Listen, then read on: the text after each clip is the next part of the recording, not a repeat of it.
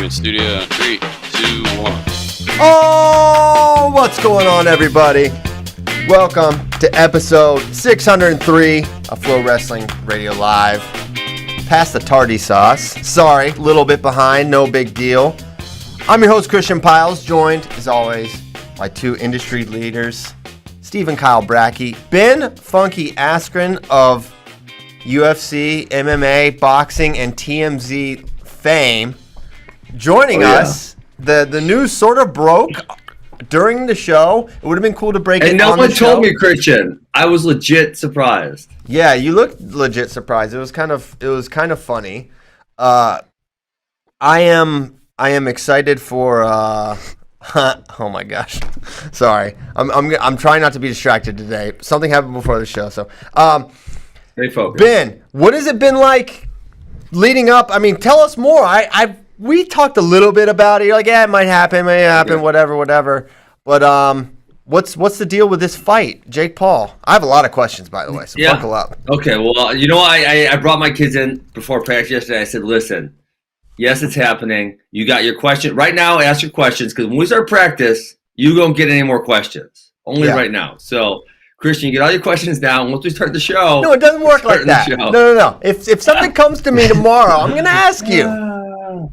Okay, well, not if you're in practice, you would not be allowed to do that. That's fair. Yeah. Okay. So let's see. Timeline. He had that last fight with the Nate Robinson guy. He's talking about me all that week. I thought it was a funny joke. I kind of made a little response. Maybe like 2 weeks after that, someone said, "Hey, would you really actually be interested?" And I said, "Yeah, no, whatever, no big deal." And then about 2 weeks later, they reached out again, like a little more seriously, kind of like made a loose offer. And I said, yeah, whatever, I'm in. Cool, let's go. And then they got quiet. Remember that I made that video like, hey, I said yes, and they shut up. So then I didn't hear from them again for like 2 weeks.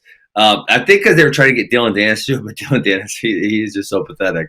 Do you really think he's scared to fight Jake Paul? That doesn't make sense. Yeah, I genuinely do. For the amount of money they're offering him compared to what he gets paid to fight in MMA, there is no justification for why he would have said no. What were they offering him? None. I've heard it was similar to mine, and I heard it was in the 7 digits. In the 7 digits. So, yes. I wasn't going to ask how much you were getting, but I was going to ask, in terms of stump grinders, would you be renting or buying moving forward? Well, I don't have too many more stumps to grind because I ground a lot of them. Okay. I might be able to hire a couple of those guys full time next summer, though. Okay. Hey, do you know I paid? Listen to this. This is funny. Totally off topic. I paid a few of my employees in Bitcoin last summer. Yeah. I gave them a choice at the beginning of summer. Do you want to get paid? And Jacob Broshka didn't. Dude, losing his mind. They got paid. They're like at $40 an hour or something now. Crazy. Yeah. So then they came back. I don't know. It's not too long ago, maybe a week ago or 10 days ago, and it was like kind of like got serious. And so I had to get permission from the UFC and everything. So I went through that process. And then I think I finalized the deal on either Sunday or Monday. And that was why I was supposed to have the interview yesterday with Ariel. I was going to have it after this show. And then I thought that was being released late. At least that's what they led me to believe, that was being released later. So when they announced it during the show, I was like, oh wait, what happened? Yeah. It got out. So, what was the, 8 rounds? There's a lot of, I think a lot of people are just wondering, okay, how are you able to train? What's your training look like? Are you going to take this seriously? I am. Yeah. Why wouldn't I? I don't know. Because you just had a hip replacement surgery? No, I'm going to take. No, dude, listen, my hip's great. I told you. I thought I told you this, Christian. So that guy John Wayne Parr, who's like a Muay Thai world champion, he had the exact same surgery on the exact same hip, and I kind of started going back and forth with him. And this dude got the all clear in 12 weeks to do whatever the hell he wanted, like full go. And my doctor said wait a year, so I called him up. I said, dude, what the heck? Why does this guy get 3 months? He gets to go whatever he wants, and I got to wait 12 months. And I feel great. I mean, they said it solved a lot of my back issues. Like for any wrestler in a lot of pain on a regular basis, I couldn't recommend the Birmingham hip surgery more, because it's like I could only sleep in one spot for years. For years, I could sleep one way, and now like I could, it's all good. Yeah. So no, after like 3 months, I felt great. I felt like I could do anything. And my doctor said, well, there's a greater risk of failure. So I'm like, okay, listen, I'm not gonna go nuts and start brawling. But I started working out relatively normally. Yeah. So now I'm like, I think I'm almost 5 months out, and so I'm like kind of picking up the training a little bit. Cool. Now you're Yeah. I don't know if you know this, but I Uh-oh. googled the betting odds, and you were an underdog. I know I'm an underdog, so you should bet. You think? Listen, okay, listen, the public gambles. The public gambles. The public is stupid. Yes. That's simple. That's why they lose most of the time, yes. Yep, that's why the house wins. That's why the betting sites are in business, because they win money, not lose money. Hey, Bracky, I actually used your quote yesterday morning. Okay. Well, hold on. I used Bracky's quote that you told me about Aaron Rodgers, where you said, what was the quote you told me? Kill him with indifference. Kill him with indifference. Yes, I used that in the Era Hawani interview. That's a pretty good quote. I kind of like it. Heck yeah. So you were indifferent. What are you going to complain about, Christian? I'm not going to complain. I just don't know if it makes sense. If Vegas thinks you're going to win, it doesn't make sense for them to make you an underdog, or to make you an underdog. Well, you know what betting lines are actually for? Betting lines are to entice gambling on equal sides. And so the betting lines move. Okay. Yeah. So for example, yesterday when they first put it out, it was like a plus 240, and by the end of the day, it was a plus 180. So obviously there had been a lot of betting on me, and I would assume that's going to come closer and closer to even. Man, okay. So when it's April 17th, do you know where yet? There's a couple options still. I don't know why they're not picking a place, but they have like 3 or 4 options. Okay, sweet. Are there weigh-ins for this? Because you seem much bigger than him. I do? Yeah, he's big. He's like tall, isn't he? Jake? Yeah, I don't think he's small. So they told me it'd be like 185 or 190, which is that's like okay. That's like bigger for me, right? Probably 170 to 175 is probably an ideal weight class for me. No, so yeah, 185, 190, it's cool. Gotcha. I thought he was small. What else? For some reason. I don't think so. Did you have to do any convincing of your wife Amy that this was a good idea? No, she's pretty much like, she's pretty go with the flow. Like, hey, whatever you want to do it. I mean, the one time she's like, "Are you like, you really want to box him?" And I'm like, Amy, like, look who I stepped in the cage with for a decade of my life with 4-ounce gloves and nothing else. And they could kick me or knee me or elbow me or do anything they wanted, Like, I did that with trained killers for a decade. If you thought it was a bad idea, then you probably should have said it then. Yeah. Kozak has a good question. Is there drug testing? Not for you, but because of I want him drug tested. This bum.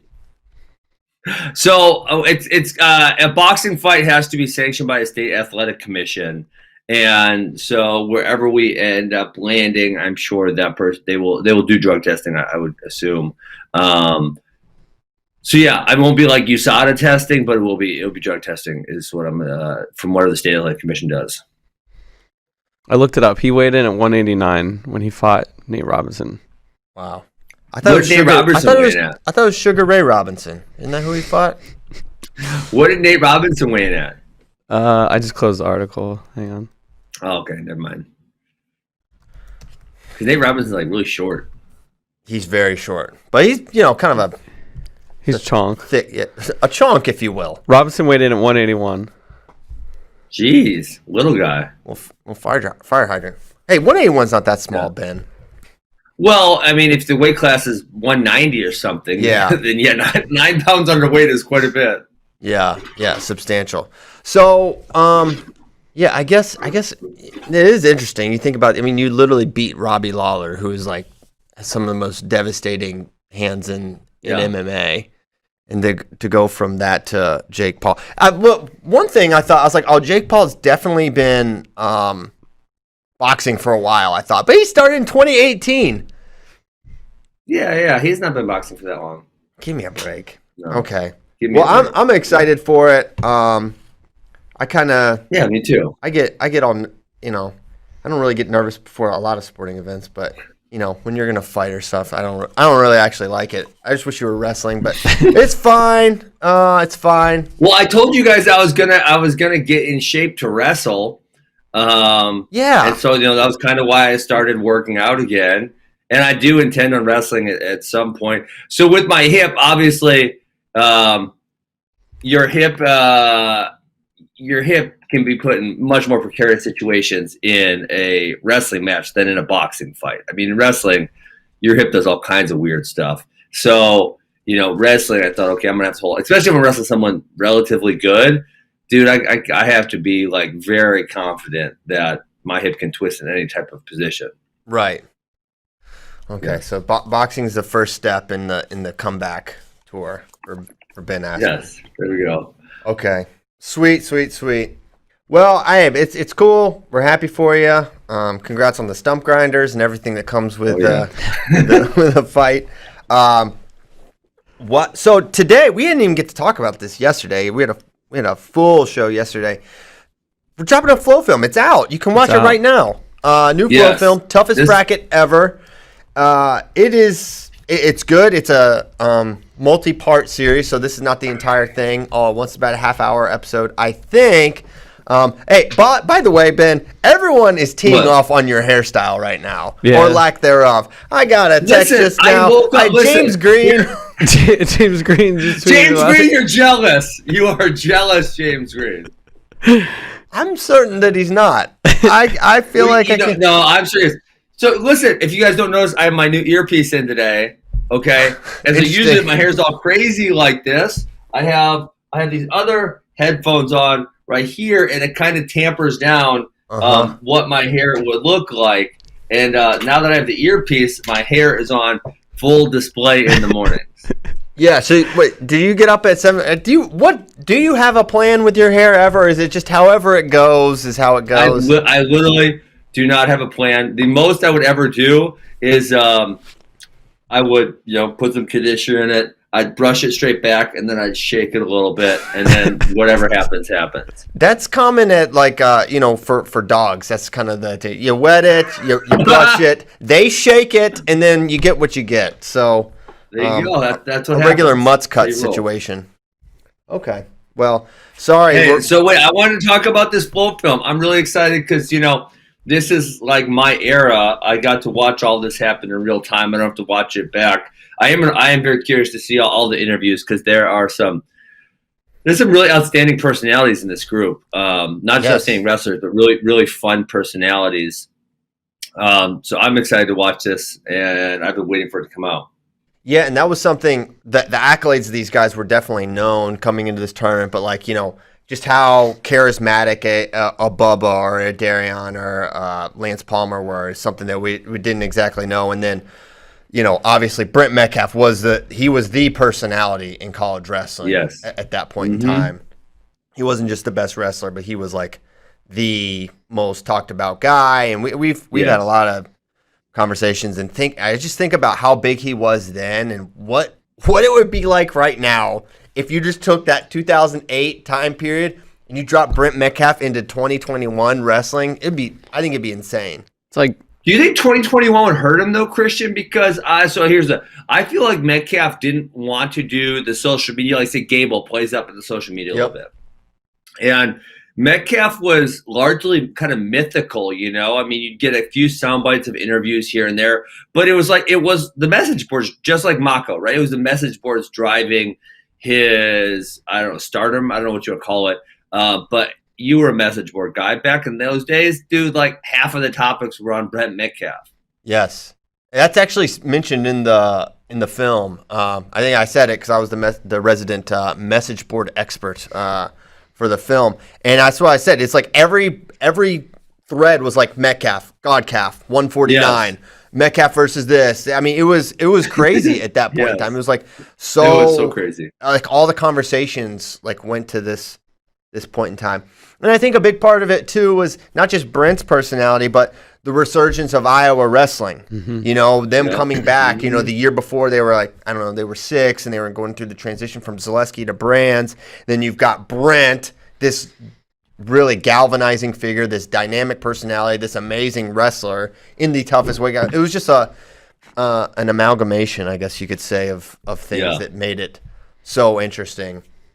But yeah, to your point, it was very much your era. I guess that was your first year or second year, I guess.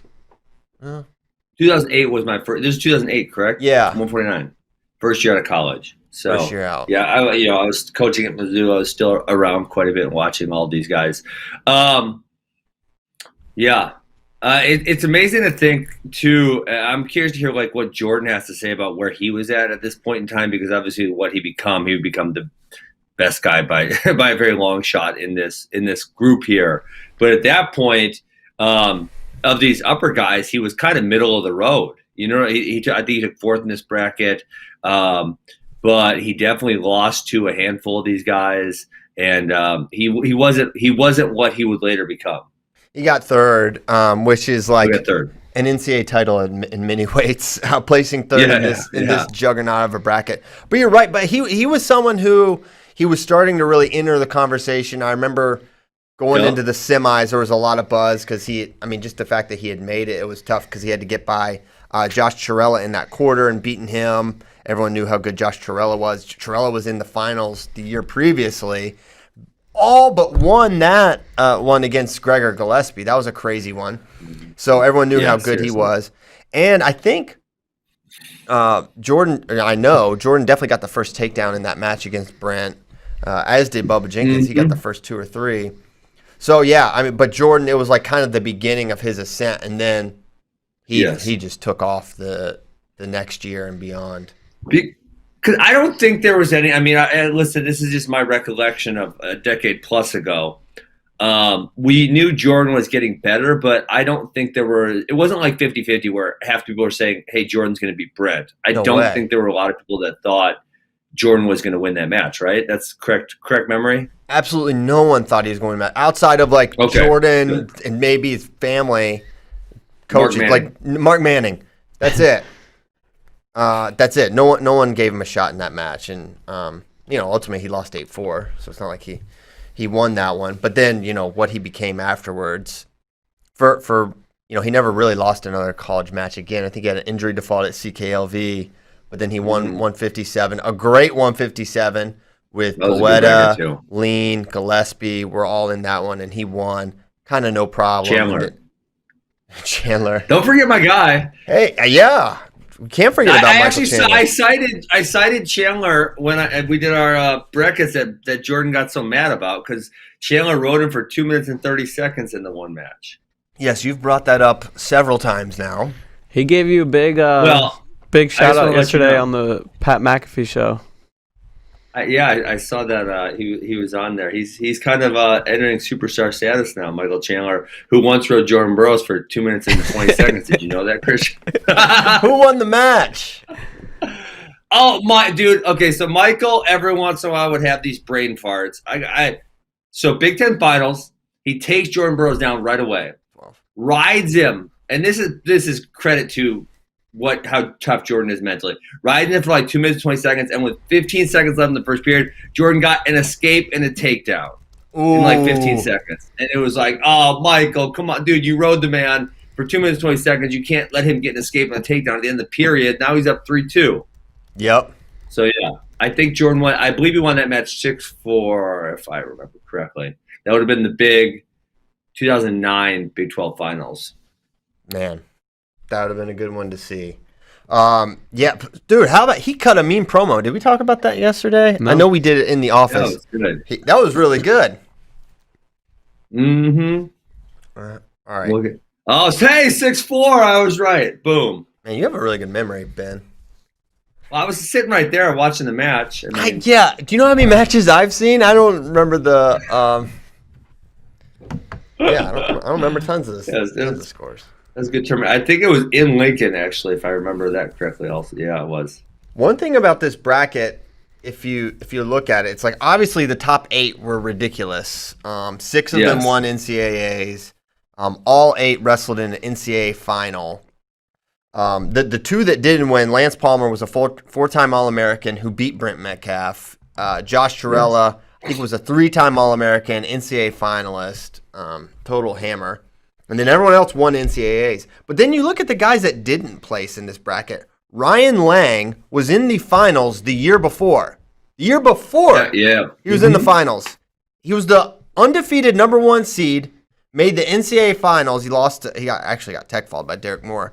But that was bad. That was insane. He did not know what to do with the legs. But irrelevant. The guy was a Big Ten champ, undefeated 1 seed. And the next year, DNPs, you've got Adam Hall, who had Dustin Schlater round 1, lost 5-3. Adam Hall would go on to be a number 1 seed at NCAAs in the future. Mm-hmm.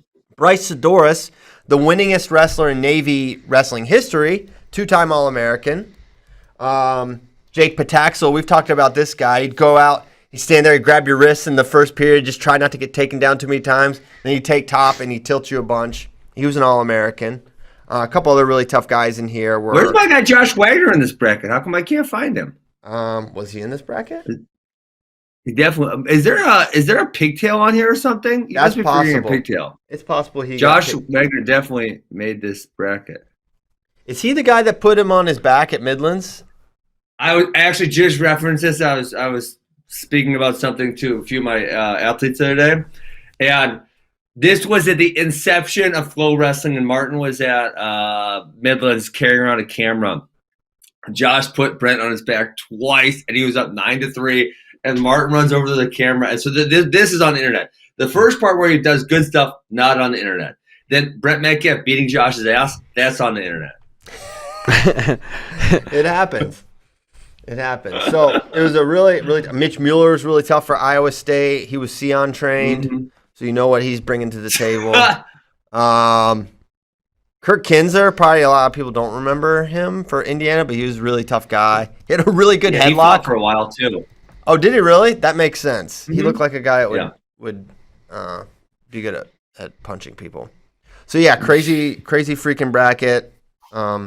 Didn't Donnie Fish have some big wins, if I remember correctly? Like he was never an All-American type, but I feel like he had a few really big wins back then. I thought was he the guy that had a really close match with Ryan Lang the year before? I can't remember. I think that's it. I think Ryan Lang hit like a short drag, like he was losing late and got it down 1 and he hit a short drag to win, but I think that's correct. I can't remember if that was him or someone else. I don't have the Askren memory, unfortunately. I'm scrolling back to see if there were pigtails in this bracket, FYI. Hey, we have the trailer if you want to play it. Oh shoot, there's so many pigtails, Christian. Josh lost to Matt Fither at a pigtail. Chirella had a pigtail. Mitch Mueller had a pigtail. Kurt Kinzer had a pigtail. Kurt Kinzer beat Matt Cathell. Remember him? Oh my Delaware gosh. State? The bat out of hell. Yeah, he wore pajamas. It was a sensation. Pajama pants, yeah. Pajama pants, Matt Cathell. All right, let's play this trailer and we can talk more about it. Do it. Welcome back to the Scott Trade Center in St. Louis for the NCAA Wrestling Championships. We're ready now for the most loaded class, the 149-pound weight class. There are a lot of reasons that 2008 149 is the greatest bracket ever. This is not some revisionist history where we look back and they have all these accolades. Wrestling fans knew then this is the toughest weight of the year, and this is one of the toughest weights we've ever seen. 6 out of the 8 guys in the bracket were at least one-time NCAA champions. The other 2 were NCAA finalists. It's just the biggest, baddest, steepest weight there's ever been. Good job by Metcalf. First place, Brent Metcalf. Bubba Jenkins, Jordan Burroughs, Josh Chirella, Darian Caldwell, JP O'Connor from Harvard, Dustin Schlater, and then 8th, Lance Palmer. All 8 of those All-Americans were really legends in the sport, will go on to do just incredible things. It's hard to kind of wrap your head around just how tough this bracket was. Can you hear me? We good? Can you guys hear me? Heading into the 2007-2008 season, what were your biggest accomplishments in wrestling? Ah, damn it. Sorry, did it cut off? He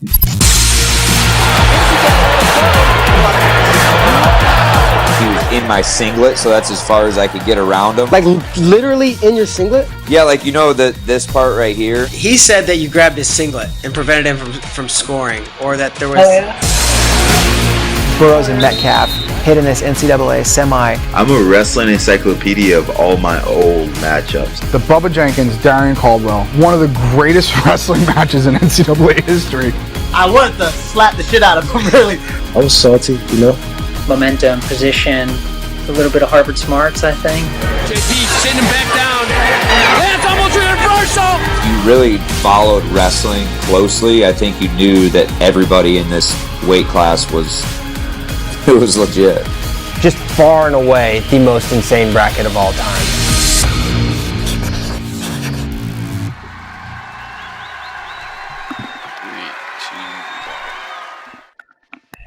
How about that? So, man, I tell you, Ben, I've watched the Palmer Metcalf final exchange at least 50 times in my life. Seriously? I never ever noticed the singlet pull that he did. I had no idea. Had you seen it? No, I mean, I was watching it before the show today, and I said, dang, that was some great scrambling by Metcalf. And you guys are like, did you know it's a singlet grab? I'm like, no, what are you talking about? So no, I mean, I watched it many times also and never noticed. We're going to go penalty point. We're going to wrestle that one back. 3-3. Let's do it. Yeah, that was crazy. It was still, listen, yeah, I guess he grabbed the singlet, whatever. As Mike would say, Rubbin's racing. But yeah, that was still a pretty sick exchange. The fact that he was able to get out of that with the singlet grab or not. Yeah, I mean, that was some great. I mean, Brent, I don't want to say he was a great scrambler, but he had a great feel for wrestling, and he got himself out of a lot of precarious situations by just that feel. I mean, just like that situation right there. Yes, completely agree.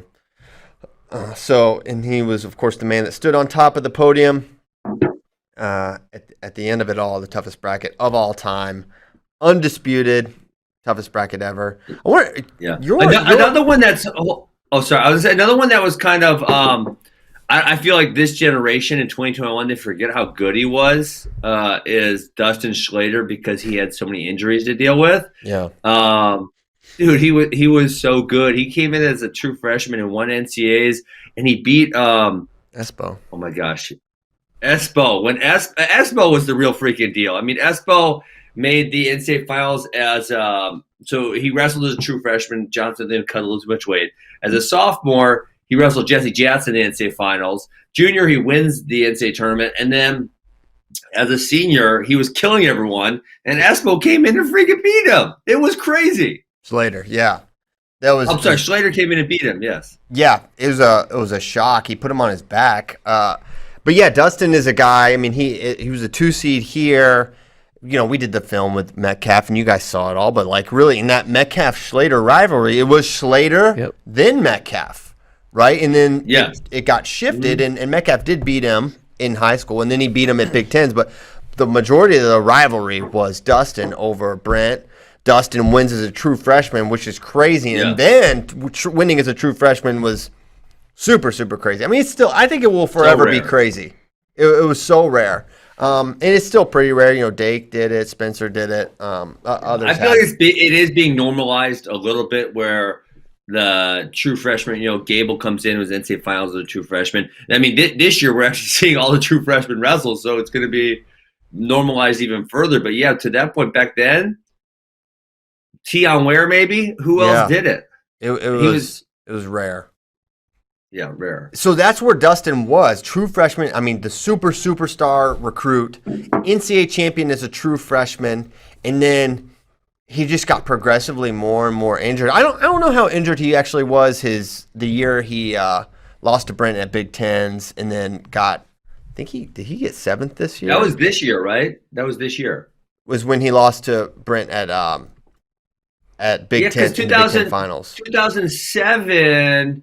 So he wrestled as a true freshman in 2006. In 2007, Brent would have been ineligible because of the transfer. So Brent didn't wrestle in 2007, if you remember. And I think Dustin didn't wrestle in 2007? Oh, yeah, he did. That's where Gillespie beat him. He did. That's right. That was the year he lost to Gillespie. Because Minnesota, right? We were number 1 and 2 with Minnesota that year. Missouri was.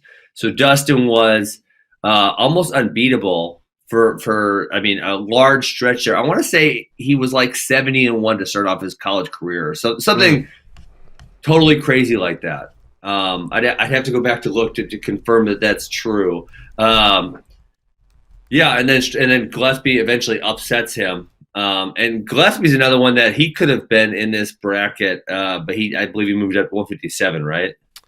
Well, yes. Was he at 157 this year as well? Yeah, he was. So he was the number 1 seed at 157. He lost to Jordan Lean in the quarters, and then Jordan Lean won the NCAAs out of the 8th seed. Dang. Wow. Yeah. That's crazy.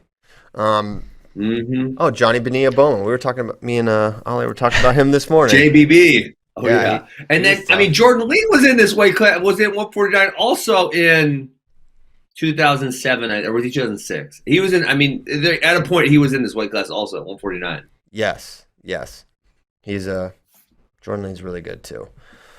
Yeah, so really cool film. You guys should check it out. Many of you already have. Let us know what you think. Hope you like it. It's a multi-part series, so there's more coming after this episode, coming next week, I do believe.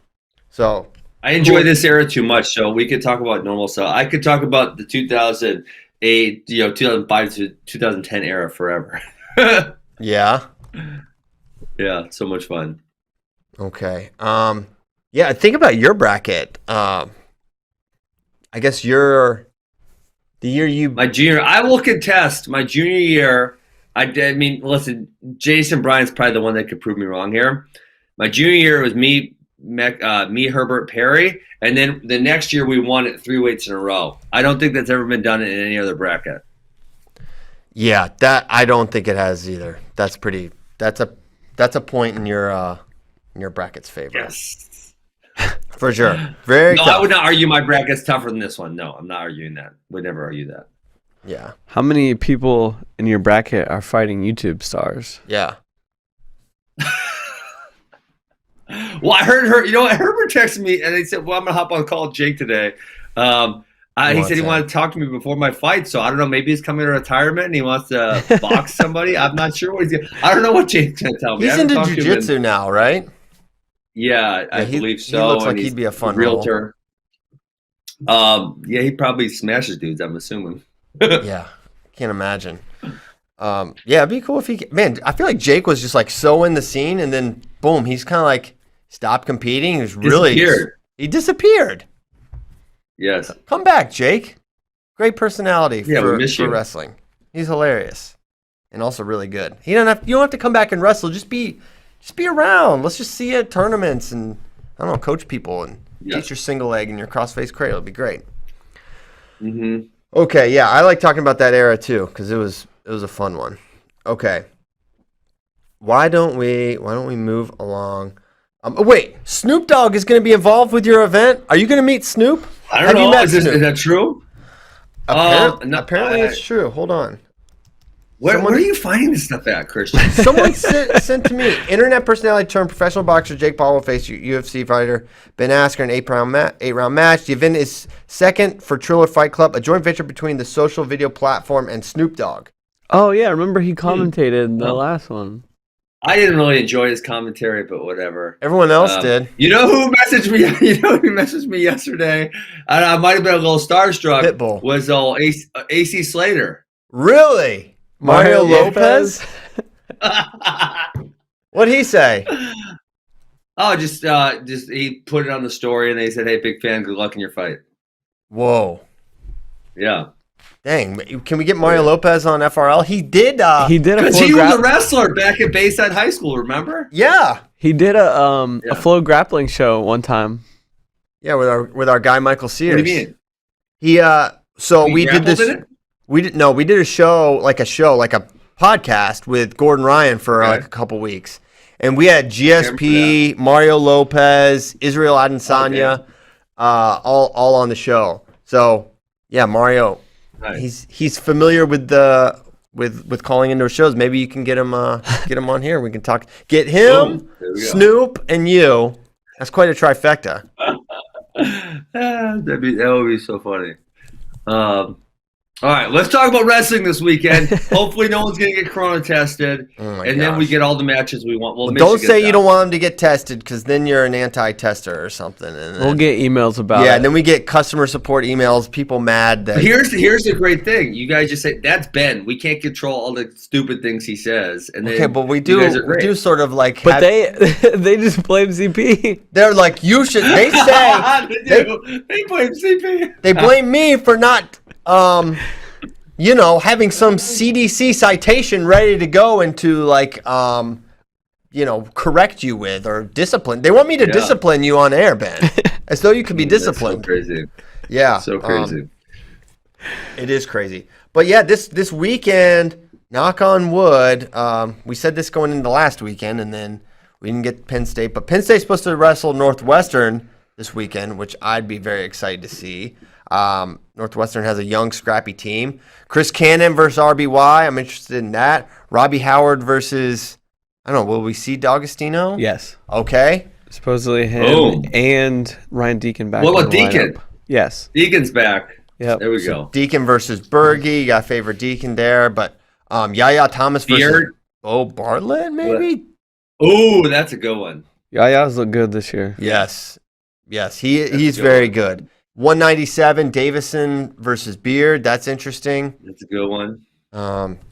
It'll just be good to get a first glimpse of where Penn State's at. They're kind of the only major team we really haven't seen yet. Of course, we've seen Michigan a few times, but we haven't seen Amin or Micic yet. But hopefully, at some point, they're able to get back in the mix and make it happen. So that's some exciting ones. I guess. Yeah. I was off this weekend then. That's really unfortunate, huh? No, they wrestle Illinois because that Michigan thing was supposed to be a try. Oh, it was a try. Yeah, so they're still wrestling Illinois. That'd be fun. Dude, Illinois' got a team this year. They're really scrappy. Yeah, it'll be interesting to see how bad Iowa makes them look. I know. That's going to be the thing. It's like Illinois is tough. They're having a great start to the year. They really are. Nebraska's capable of winning a team trophy, and they won 8 matches to 2 against them. Yes, and really, it could have been 9-1 if Kimmer had wrestled. Yes. Yeah, so it's like as good as Illinois has looked, there's a probability they don't win a match, right? I mean, Illinois beat Indiana, number 8 Ohio State, number 22 Wisconsin, number 13 Purdue. So they've been really good this year. But yeah, tell me where they're favored at. I get maybe 184, but probably not. 184. Brown Angle has a win over Brands in the past, last year. Cars beaten Murin before. Mm-hmm. Remember that one. Where else? I don't know. That's it. I give Cardani a shot. Loftman might shoot over Cassiope. That would be that. Honestly, that's probably the next most likely one. Yeah. 2 Illinois boys. Bird versus DeSanto. I'm not making fun of Bird's Justin had a good Cardani. season, but I don't think he could beat DeSanto. Yeah, no. He wasn't being serious. Yeah, I'm not being serious. I mean, I suggested Cardani earlier, so I thought that one's serious. That one I'm for real about. That one's serious. Justin Cardani's actually for not being a really high level recruit, he's having a pretty good go at it. He's very tough. Getting much better. He's super tough. I mean, Illinois, they're doing great. It's but the Big Ten plays no games, and eventually you run into one of these big bad guys like Iowa. Speaking of neck kicking season, your guys continue to kick necks at Missouri. I don't know if we got to talk about them yet, but they are. Hey, I think they're destroying. 9-0, Christian. Yeah. Yeah. They're wrestling a lot of duels. I mean, that's crazy that they're already 9-0 and Penn State doesn't even have a duel on the board yet. Not one. Not one. Not a single one. That is a weird thing about this year. It is unfortunate. There's a couple other interesting duels. I want to see Oklahoma State get a little more tested, right? They really haven't had that opportunity. They're going to wrestle Iowa State and UNI this weekend. That is very exciting to meet. UNI live on Flow versus Oklahoma State, so check that one out. Nice. Friday night, I think. Friday night. We'll see. Hey, go ahead. Don't get me wrong. I don't read too much into this, but I watched a really awesome clip of Ferrari. I don't know if you guys I don't know who put it up. I think it was on the gram. His double leg was kind of Jordan Burroughs-esque, how he fired off his knees. So I can't remember where he fired off and the guy scrambled out of it, and then he fired another one when the guy got on his heels and blasted him. It was really like, damn, that was good. I saw the exact clip, and I think the same thing, man. He is going to be a factor this year, but we just got to see him against tougher guys. But yeah, I think you probably saw it on AJ's. I'm sending it to you now, man. He's Tyler. Yeah, I'm sending it to Tyler right now. Hold on 1 second. Nice. But yeah, he's for real. So we can see Plot versus Lance Runyon. Yeah. Two really tough freshmen. 84. Nice.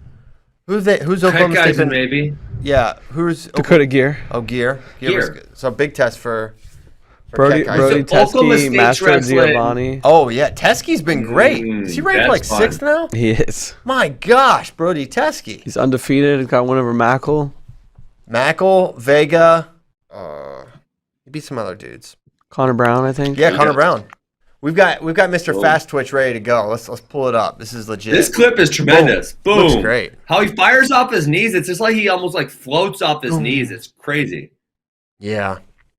He covers so much space with that double. It's wild. It reminds me of you, honestly. Well, he like it's almost like he runs on his knees a little bit, right? Yeah, it's like two quick knee steps there. Yeah. Man, he looks the freaking part too. Yes. My gosh. Yeah. So who did we get to see him against? Tyrell Gordon and the Cuban guy for Iowa State. He's not having a good go at it. He's kind of getting his butt kicked. Well, he got beat. That's not true. He got messed up by Woodley, but he had a 1-point match the week before with Rocky Elam. And they put him down. Is that the match they put him down? Yeah, they need to stop putting him down. Yeah, he's not gonna be good there. He's hoping for a 9-second restart. I mean, he was pinned in a tilt against Woodley. They just didn't call it. He literally got put he did a roll through tilt, and like when you first roll over and you sit him there. Yeah. He just kind of sat there for a second, and then was like, "Oh, I gotta move. I gotta freak out." Yeah. He's not gonna keep. Maybe he was expecting to get rolled through several times. He's like, oh, "Wait, this is not like a gut wrench." So I don't know. I thought he was gonna be pretty good, judging by his first 3 matches, but they were all against non-D1 competition. But then he has a 1-point match with Rocky Elam, but then Woodley, I think, majored him. Yeah, Woodley's good on top. I wonder, but Rocky Elam's pretty good on top if I remember correctly. Mm-hmm. Yeah, he is. I'm all for the Cubans. I wish that more Russians would come over and wrestle. I feel like it'd be an awesome opportunity. It'd be an awesome opportunity. And it's so commonplace in other NCAA sports. Yeah. Oogie. They can start taking their clothes off. Well, I guess that's not really the super important part. What the heck? Well, there's so many. Can't hear Christian anymore. You can't? Can you hear me? Can you hear me? I can hear you. Yeah, buddy. Yeah. I can't hear you. Oh no! You got so excited. Are you not? Freak. Maybe it's because you talked about Mongolians. I don't know. He would love that joke. Can you hear me now? He's troubleshooting. Oh, Look at him. This earpiece. I don't know if it's the hair. I solved it. He solved it. All right, good job. I thought it was because you talked about Mongolia or something. Yeah. Listen, dude, I don't know why people haven't went over and started recruiting Mongolia again or somewhere Uzbekistan. I mean, Mark Cody did a good job getting a few of those guys at American. Bekzal was at Clarion. Yeah, I don't see why you wouldn't. Man, you could get some really good guys out of some of those parts. Even if you only got a few, let's do it. I mean, how did they bring over Alan Gelagayev? He's a monster, and then no one runs it back. It's like, hey, can we get any more guys from Russia? It's like it's gonna work out. They get an edge. I mean, it's a great deal for if you're a Russian, you get to go to school in America. He works on Wall Street. He works on Wall Street. He works on Wall Street now. There's a template. I don't know if there was something unique about Z's situation. I know that I'm pretty sure it was Cormier wrestled with him at a camp and was like, John, you should get this guy. But why wouldn't that happen? We go over to Russia all the time. They have young stars all the time. I don't know. We should Maybe get it's to the bottom of a it with grades Galagayev. type thing or something like that. But yeah, I mean, it would be very. I'm very curious to why no one else has done it, because obviously, like, you look at Galagayev, I mean, he was really good. He scored a lot of points. But I even think of not even like an Oklahoma State program, but like what American did. They had Muzavar, and who's the other guy they had? And then Citadel had Oogie, and Clarion had Beckzod. Like those smaller programs, if you can find a couple of guys like that, like that's going to really bolster your lineup big time. No kidding. Yeah, I completely agree. I'd love it. It'd just be a cool little wrinkle. It's like, not only do you have all these like kids that we watched growing up, it's like, boom, there's just this mystery. I mean, it's part of why Etchemindia was so fascinating to us. Yes. It's like that unknown and the foreign component. So anyway. Yeah. Oh yeah. Frankie brought up Senshiro Abe from went to Pitt, who was really good. Yeah, I mean, I don't know why. Maybe there's a eligibility type issue.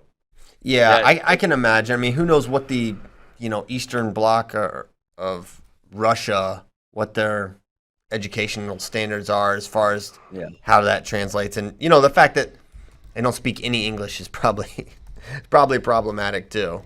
Yeah, I mean, well, why wouldn't you listen if you were not Penn State or Ohio State? That's what I'm saying. Maybe you're like tier 2-ish, like good program, and maybe not a great academic school either.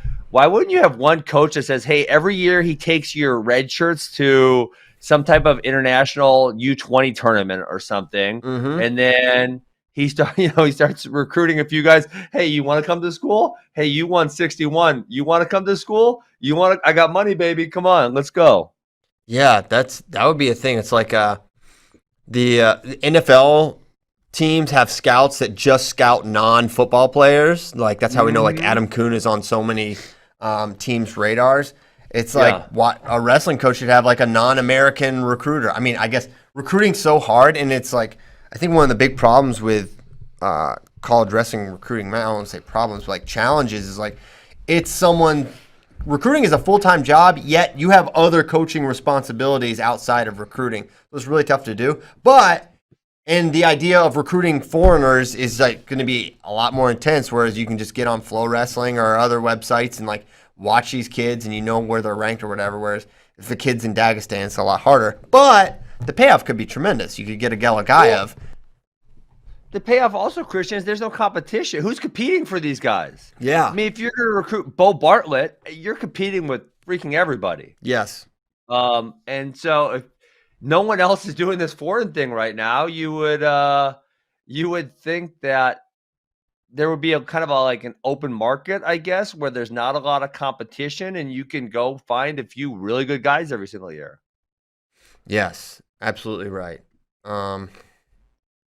So yeah, we're trying to help the recruiting situations here. So other interesting duels this weekend: NC State versus UNC, Virginia Tech versus UNC. So a couple big duels in the ACC, which I always like to keep my eye on. Anything else stick out to you, Bracky or Ben, for this weekend? Mizzou is just want to update you. They are at Rider and Kent State. Not that either one of those are going to be particularly quite a rigorous schedule they've challenging. Listen, hey, they're getting some action. Can you slap him for talking trash on the Mac? Hey, Coach Smith is going to have those seeds on lock once again. Damn straight. We're going to have a whole bunch of undefeated dudes. Yeah. It's going to be great. Listen, I mean, they've wrestled Northern Iowa State. I think they might be making up the Arizona State one. I thought I saw that on Twitter. We were talking yesterday. Wyoming, they need to get Central back in the Michigan. Big 12. Big 12 ain't letting them back in. Does Mizzou have more duels than any other Division I team? They probably have to, right? Yes. For sure. And they're all against D1 teams, right? Yes. Yes. I don't know what Iowa State's doing.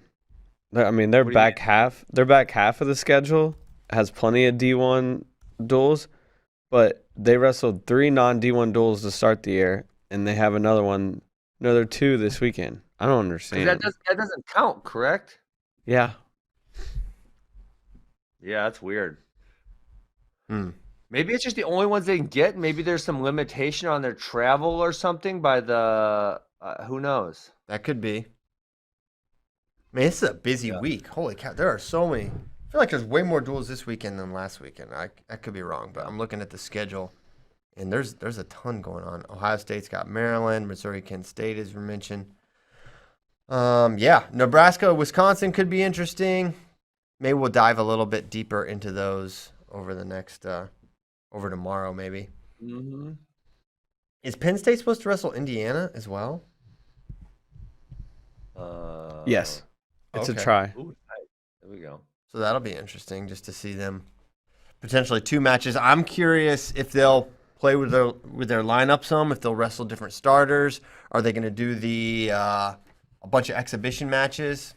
Just a lot of questions going into this Penn State season. Excited to see what team they put out. Ben, do you want to go to some questions? Let's do some questions. Okay, let's do it. This is very meta because this is a question about questions from friends. From CJ Kemp. Have questions from friends been a segment from day one? Also, Bracky been slacking on the Alien Hour. I agree. That's true. I agree. I said every Thursday, no matter what, if I ask you or not, should be an Alien Hour. And I just have to assume that this is my final victory. There are no aliens. It's proven. He's running out of material. And this is Kyle Bracky's subtle white flag. Or I'm stocking up because the government has been releasing all kinds of information because it was in the COVID-19 relief bill that they have to. Or I've been stocking up to deliver one of the best ones of all time. And will that be tomorrow, perhaps? Not the best one ever tomorrow, but there will be one tomorrow. There will be one tomorrow. Okay, that's good to know. But no, question from friends. I'm not sure when we started that. It was definitely not in the first or even second year. I think it was like 2018, 2017-ish. What'd you say? Good segment. It's a good segment. You guys have good questions. It's kind of fun. You never know where it's gonna take us. So CJ Kemp, not a day one topic. We've tried different methods of listener interaction. We try to call in once. Oh, that was great. When as bad, I guess as bad as it could have possibly gone. And we're talking. Johnny from Roanoke. That was so great. That was great. We've talked about like maybe retrying having another call-in show. It would be so easy to beat the screener though, because all you have to do is say a real wrestling thing and then get on there and say something audacious. Maybe you gotta be a verified. You gotta get verified or something. Like it has to be, through Facebook where you really know who they are. Not like on Twitter. On Twitter, you don't have to put in like a real name, and on Facebook, you pretty much do. Right. That what I'm saying? There may be a way around it. We can figure it out. I don't know, something to think about. It could be fun. From Challenge Brick, is there any effort at the college and senior levels to change from singlets to tees and shorts like Who's Number One? Why is headgear still mandatory? So I don't know if there's as much momentum as there was or if it's the same. I think, Edinburgh and some other teams, Maryland pretty much exclusively wrestles. wears the fight shorts and rash guards, which I think is awesome. I think eventually it'll get there. I think it'd be great. I think especially, most importantly, at the youth, middle, and maybe even high school levels, it's a super important thing. I think for D1 and UWW, I don't think it's as important. I do think from an image standpoint, it is sort of still really strange to people, and it has no impact on the matches whatsoever that people wear a singlet or, shorts and a rash guard. So why have a distraction? Why have something that is in the way? And I think a lot of people at the leadership level kind of feel similarly. Headgear should be completely optional at every level also. Really? Oh, yeah. Headgear are dumb. You like headgear? No. Who likes headgear? Don't get me started on headgear. Nobody likes them. They're yeah. I mean, listen, if you want to wear it, whatever. I'm not going to ban headgear. But I think it should be completely optional to the point where someone doesn't want to wear the headgear, they don't have to wear the headgear. I mean, most youth tournaments that I actually go to don't really force you to do so if you don't want to. And it's just so much more normal without headgear. Yeah, Caleb doesn't. He doesn't wear headgear, I guess. No one. Actually, none of those kids do. I guess it's not that. Yeah. I mean, I think why is it still mandatory? I mean, basically, no one wants to be the organization that writes into a rule something that takes away something that promotes head safety, even though we know it doesn't promote any It's sort of not head actually head safety. That's a lie. The ears are on the head, Ben.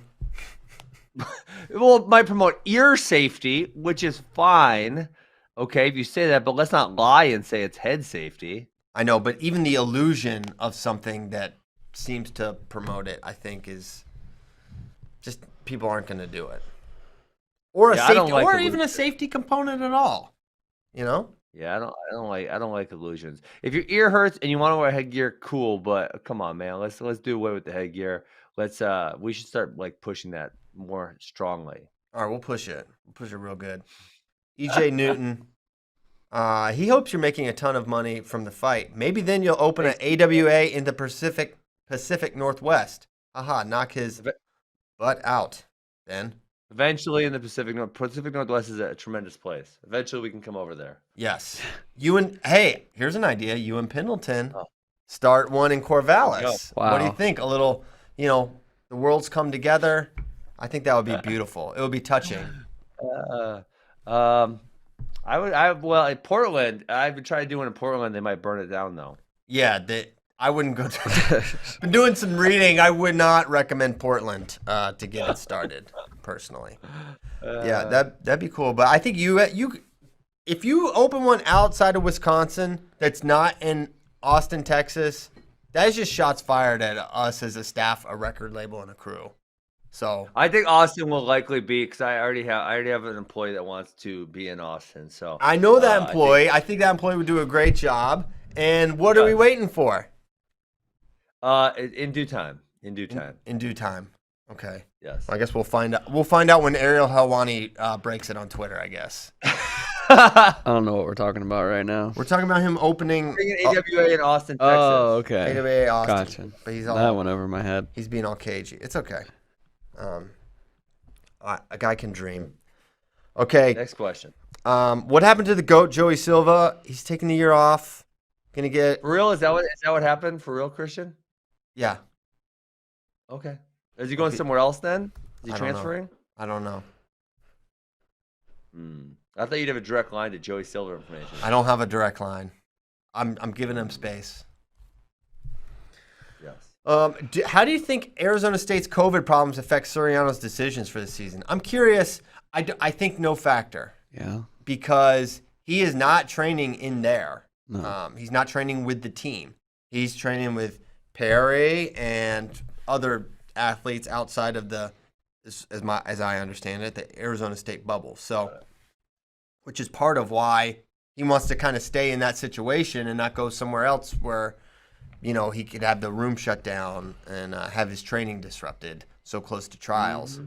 So that's my read. I think no factor, but man, Arizona State, what a mess that's been. Seriously. Had a bunch of. Go ahead. I mean, one of their coaches commented to me, Christian, but right before the season started in January, they said, actually, none of our guys have really had it, which really worries me, whereas I know other programs, which a majority of their guys had it before January 1, so they have some immunity to it. Arizona State had almost nobody have it, and now the coach correctly predicted that they're now having issues with it. It's funny you say that because a very good team, pretty good team maybe, I won't say how good, but has had all but 3 of their athletes have had it. Yep. So they're feeling great. Perfect. Yeah. So they're like, okay, well, they're less likely to get any more positive tests. So that is a important thing. And that was something that I think Coach Frere, we were talking about when he was in for the 8-man with James, about how, that it's man, I kind of hope if we get it now, instead of later. He wasn't rooting for that to happen. Don't say they should have been listening to their favorite program. I won't get you yelled at, Christian. This is solely my idea. Only my idea. Christian disavows this completely to have a COVID party around Christmas. Just my idea. Then after you talked about sending kids home and like limiting roster size and everything like that. I had a coach hit me up and say they were doing that. Oh my gosh, really? Why wouldn't you? And like starters were only allowed to work out with certain guys, and Not starters though. Right. Yeah. Right. That's what you got to do. Limiting who's in the room at one time, and I mean, smart. I mean, with as much testing as they're doing, you kind of almost have to do it. Right. Okay. I'm sure you're going to have a lot of good answers for this one, Ben. What books on sports psychology do you recommend? Ooh. Okay. So I always say start with the one that I always start people with, and I would recommend everyone just start with this and read this and then kind of go from there is Mindset by Carol Dweck. If you read any other sports psych, she is cited 100%, and it just talks about growth versus fixed mindset. It's a relatively easy read. That would be one that I would definitely start with. And the one, if you're really a high level sports psychologist, and it's not technically sports psychology, but to me psychology is all the same, will be Thinking Slow and Fast by Daniel Kahneman. That one is like a really hard read, but it's freaking brilliant. So I gave you one at the beginning, and I gave you one that's like really, really tough. Which one has the most like pictures? I know they both have illustrations. Just which one has the most? I don't recall at this point. Shoot. Okay. Looks like I'll have to do some digging on my own for once. From Tony Perkis. How does the Mikey Labriola stack up at 174? What? Third, I think. Yeah, I think it's third. That's a weird question, isn't it? I know. I just asked it because I think that's the guy from Heavyweights, the Perkis system. Is that right? Oh my gosh, I have not thought about that movie in like. That's a funny movie. Years. Yeah, it is. Yeah, Perkis system. This is Tony Perkis. Ben Stiller's that's a really funny movie. Classic. Okay, classic Perkis system. Yeah, I think Labriola is I have a hard time thinking he can get by Kimmer. Yeah, I think he's third. Yeah, I don't see that. Then again, who knows? Carter Soroki, baby. Carter. We still haven't seen him, but we're still guessing. Sort of a guess, sort of not a guess, but a high-end guess, yes. Responding to FRL, because we're talking about guys that did the double bump up like Jordan Oliver. Kimmer did do it. He went from 157 to 174 with he needed it. Pretty tremendous success. Yes, he needed it. And it's funny because when he wrestled 57, I never felt like, oh, this guy's huge, but then everyone's like, no, he's really? You thought he was huge? Oh, yeah. Yeah. For sure. It was. So, yeah, that was the case. And, You know what, Christian, we talked about yesterday, we talked about people wrestling 4 weight classes, or we were kind of talking about guys bumping around. Then we talked about Jordan Oliver bumping up 2 weight classes, talking about Michael Kimmer. And this is kind of a little bit before my era, but, with the 1 hour weigh-ins, which were the rule my entire collegiate career, I know if you go further back, they had like 5 hour weigh-ins. So I sent you guys a picture when I was watching those. I was watching the Brands Brothers like highlight video or something to that effect, and they're talking about a 5 hour weigh-in on that. And at some point, I believe it was like a day before. And I think weight cutting was looked at more positively back then. I wonder if there was way less bump ups at that point because people wanted to cut like massive amounts of weight. And I know if you look at some of the old superstars, like Kenny Monday wrestled like 150 pounds. You look at that guy and you're like, what? Why was he 150? It's ridiculous. Yeah, he's a big dude. Yes. I feel like although with the Mondays, like Kennedy looks like he could wrestle up tremendous weight. When he was like, he wrestled at 49. I was like, he looked like a 65 pounder when he wrestled 49. Well, now. I know, but like then. Yeah. And now he looks even bigger. So some guys I think just looked at, but yeah, the culture around weight cutting was, if you can weigh this light as possible, and you take a 170 pound body and you put it 155 pounds, you're going to be stronger. Yeah. But it was sort of backwards. I think at some point too, Christian, there was only a one weigh-in at NCAAs, which obviously that would change a lot, right? Oh my gosh. Yeah. That would be huge. Okay. Mm-hmm. Well, we're out of questions. We're basically out of topics. We're not out of time, But unless you have anything else, Ben, we can call this bad boy. No, I don't think so. I'm excited for some duels this weekend. Some Wisconsin starting at state series. Regional starts this weekend. It actually kind of sucks. They're only taking 8 people to state this year, which is half of usual. So we have these crazy brackets. But I'm excited to see it happen nevertheless. How many state champs for AWA this year?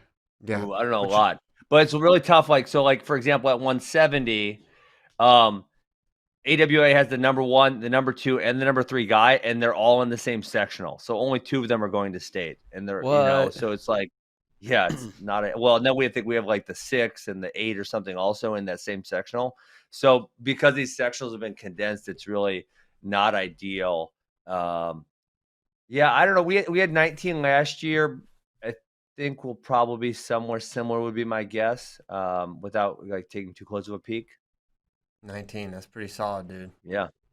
Well, so I'll let you guys know in 3 weeks. Sweet. Good luck to AWA. And we'll go. We'll be back tomorrow. Thank you guys so much for listening. For Ben Askren, Stephen Kyle Brackey, I'm Christian Piles. Big thanks to you guys for listening. We'll be back tomorrow on Thursday. What a show. What a show. What a ride. Thanks, guys. Ben is gone. He doesn't even let us finish the outro. Look at that frozen face. He's got places to be. Frozen stupid face. He's got hair to brush, except not really. He has the same hair care as a golden retriever, which is fine. Thank you guys so much. We'll see you tomorrow.